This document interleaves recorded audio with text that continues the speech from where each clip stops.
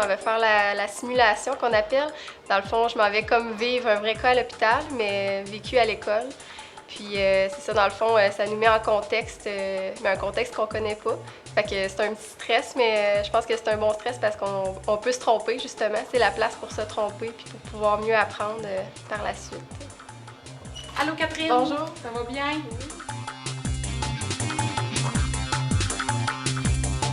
Nous avons ici présentement 16 caméras qui ont été installées. Alors nous voyons l'élève dans tous les plans, que ce soit lors de la prise des notes, quand il fait son appel téléphonique, on le voit circuler finalement dans le local.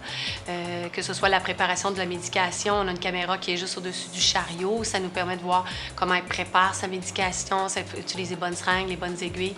Et c'est bien pour l'élève parce qu'on n'est pas à côté d'elle, mais on voit quand même très bien comment elle procède. Bonjour Madame Cormier. Bonjour. Je m'appelle Catherine, je suis votre infirmière aujourd'hui. Vous avez l'air un petit peu essoufflée? Oh oui, moi ça marche pas trop mon affaire là. Je suis vraiment essoufflée. Alors, Catherine est en train de prendre les signes vitaux de la patiente. Elle peut entendre vraiment une pression comme sur une vraie personne. Alors, moi, je le programme ici avec le SIMPAD. Donc, elle devrait entendre aux alentours de 180 sur 80 de pression. Elle peut prendre le pouls aussi au niveau radial du poignet. Là. Je l'ai programmé, vous le voyez ici, à 104. On a aussi un tableau qui nous permet de programmer des signes vitaux. Alors que si la saturation, on ne peut pas l'avoir sur le mannequin, donc ce qu'on va faire, c'est qu'on va prendre avec l'ordinateur, programmer une saturation qui va faire que l'étudiant devra réagir face à la donnée qui est suivante, là, soit de mettre plus d'oxygène ou quoi que ce soit. Et ça demande toujours certainement un jugement clinique là, de la part de l'élève.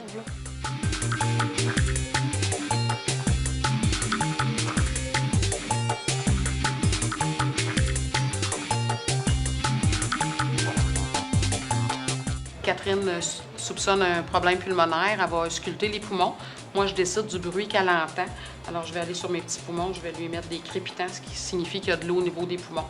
Alors, elle va l'entendre en auscultant les poumons de la patiente.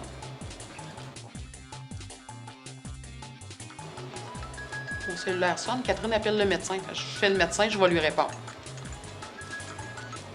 Oui, allô? Bonjour, c'est Catherine, l'infirmière en médecine au 5e A. J'appelle concernant la patiente à 507, Madame Cormier. Alors là, Catherine, elle se prépare à donner le médicament. Elle a appelé le médecin tout à l'heure. Il lui a dit de devancer une médication intraveineuse. Alors, c'est ce qu'elle se prépare à faire. Le mannequin est équipé de fausses veines. Alors, on peut injecter pour vrai le médicament. Là, on ne fait pas semblant. Alors, elle va le faire comme si elle le faisait pour une vraie personne. Alors, les avantages de la simulation. On le voit, on travaille en simulation depuis 3 ans.